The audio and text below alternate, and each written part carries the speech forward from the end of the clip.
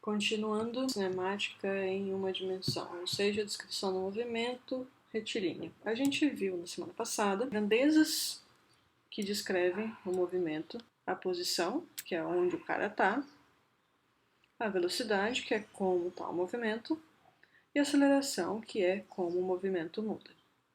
E a gente viu que tem uma operação matemática muito específica que leva a posição na velocidade e leva a velocidade na aceleração. Essa operação matemática tem o nome de derivada. O que eu quero que vocês visualizem quando eu falo na derivada? É a taxa de variação instantânea, aquela reta tangente à curva em cada ponto. Então, se tem um gráfico da posição em função do tempo, se a gente imaginar a reta tangente em cada ponto, o valor da inclinação dessa reta tangente vai ser a velocidade em cada instante. Se a gente pegar o gráfico da velocidade e acompanhar a inclinação da reta tangente em cada ponto, a gente vai estar acompanhando o valor da aceleração em cada instante. Beleza? Essa é uma das partes que a gente viu na semana passada. A outra parte é a seguinte: trata da operação matemática que faz a volta.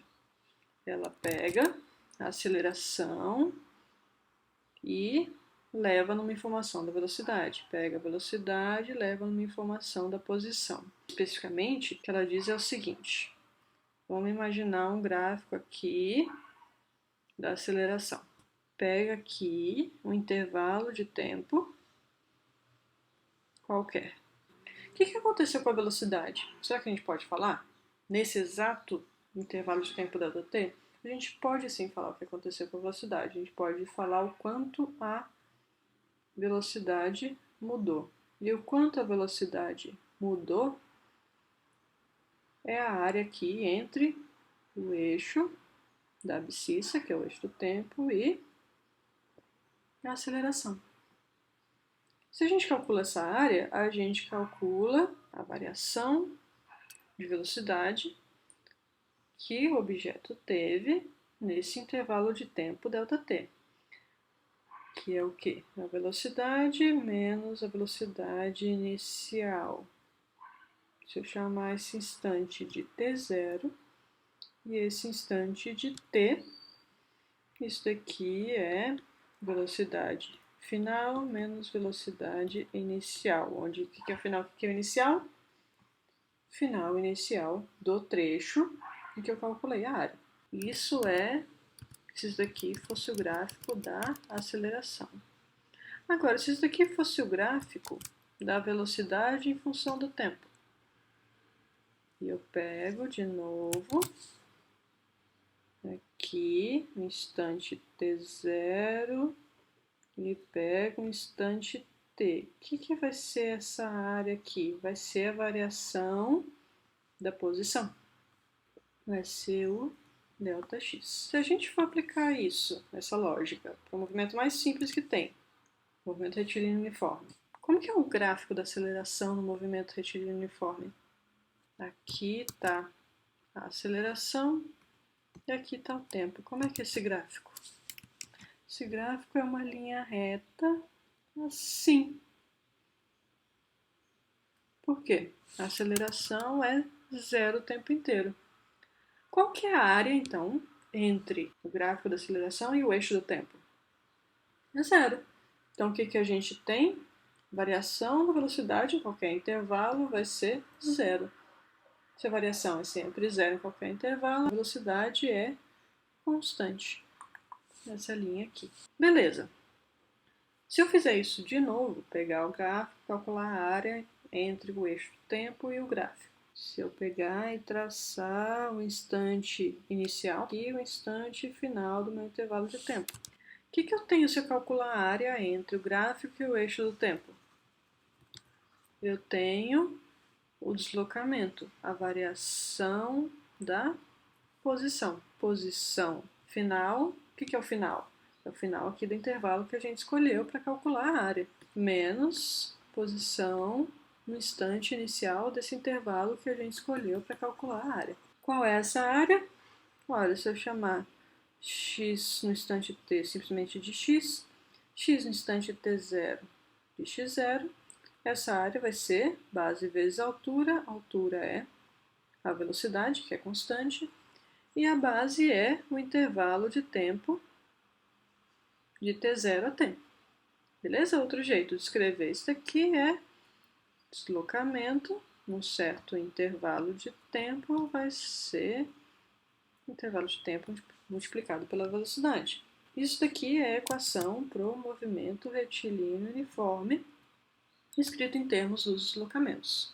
Beleza? Se a gente quiser escrever a posição x de t isolada, o que a gente faz? A gente pega esse cara aqui e isola o x no instante t. X no instante t, que daí sim a função posição vai ser o quê? A posição inicial mais a velocidade, que é constante, vezes, eu vou pôr um intervalo de tempo aqui, que a gente lembra que é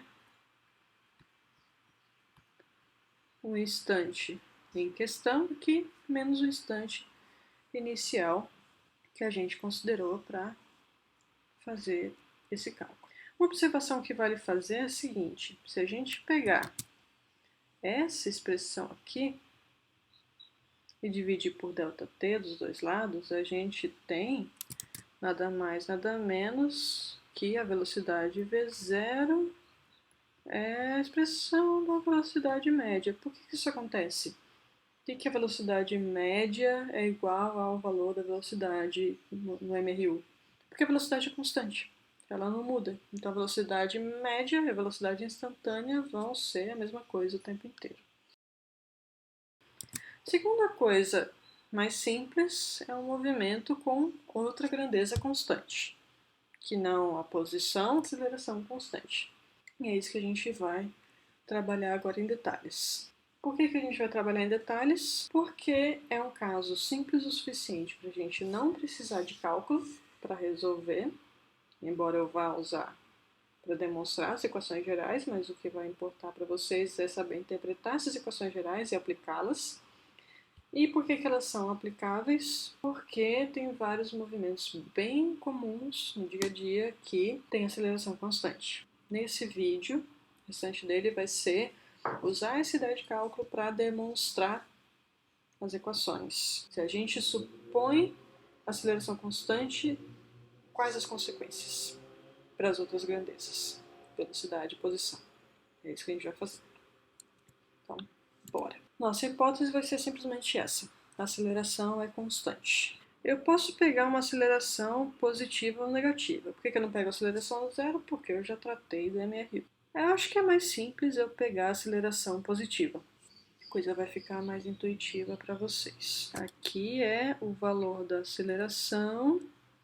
Aqui nesse eixo a aceleração em função do tempo. E aqui é o eixo do tempo. Eu vou pegar um intervalo de tempo qualquer entre um instante inicial e um final, a partir do princípio de que se a gente calcular essa área aqui entre o gráfico da aceleração e o eixo do tempo, a gente vai obter a variação da grandeza que se eu derivar eu tenho aceleração.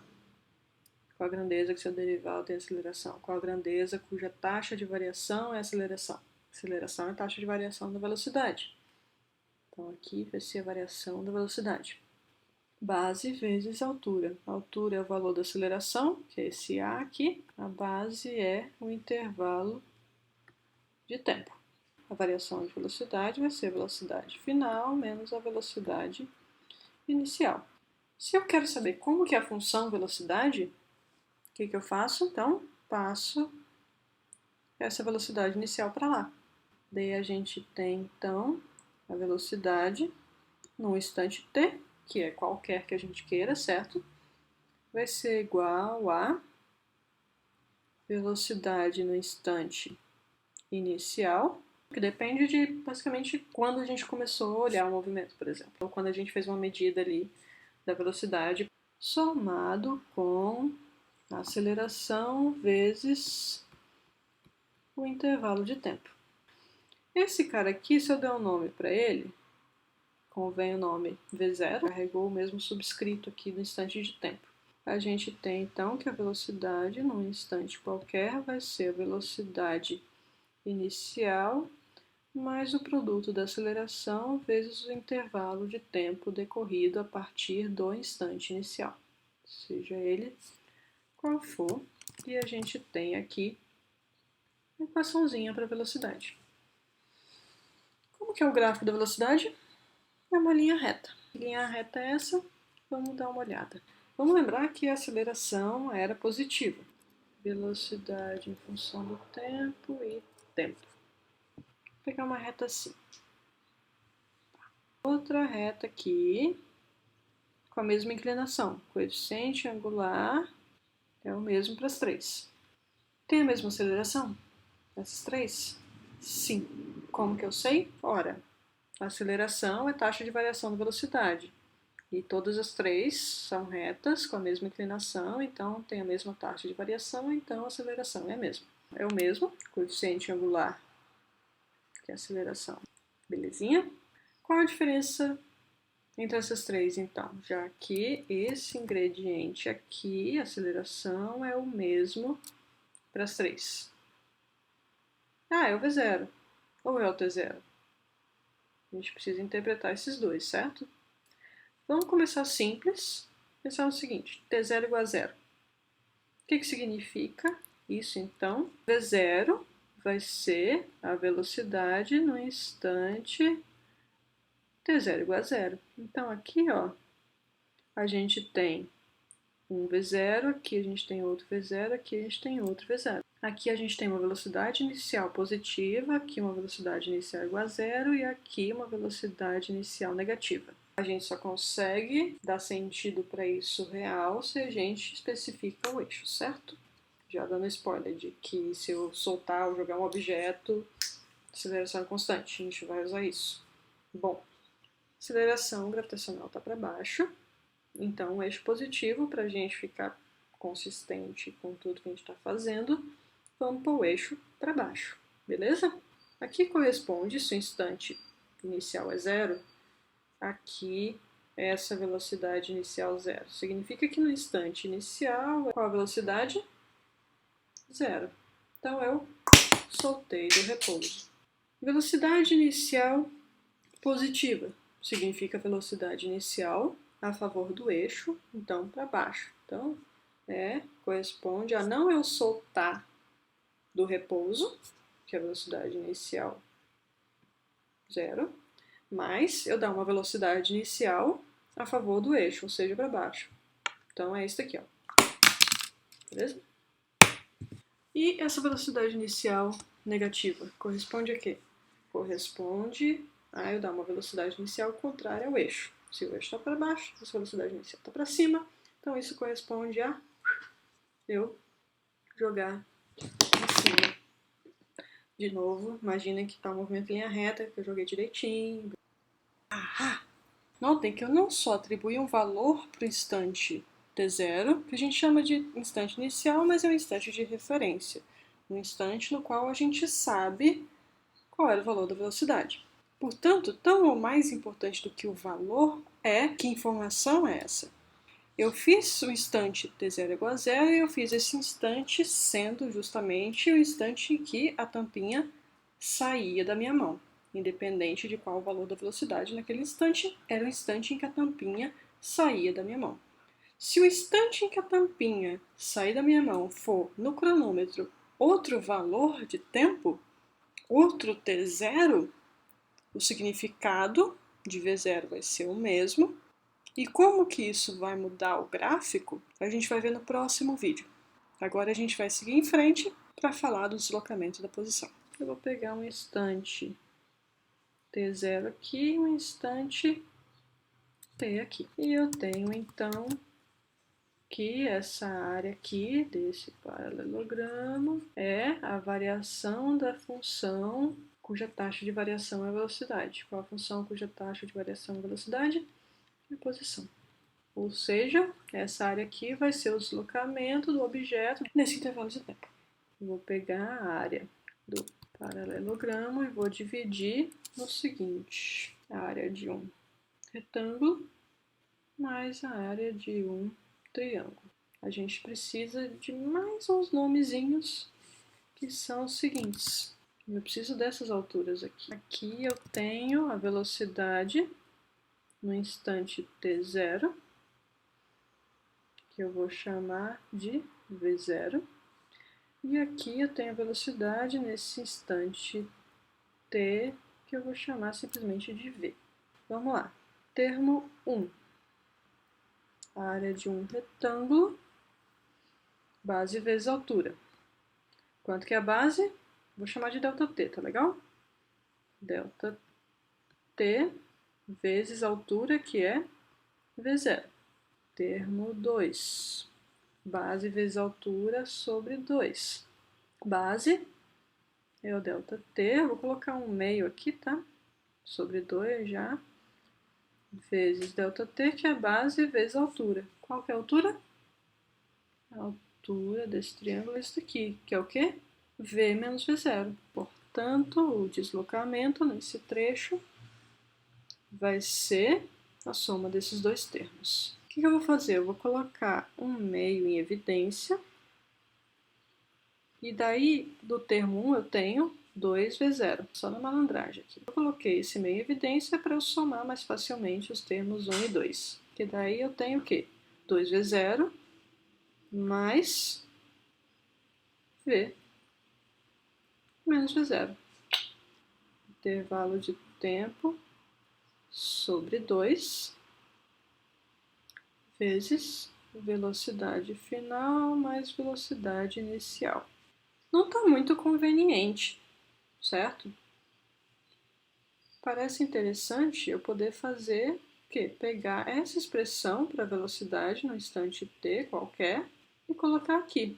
Se eu fizer isso, o que eu tenho? Intervalo de tempo sobre 2, v0,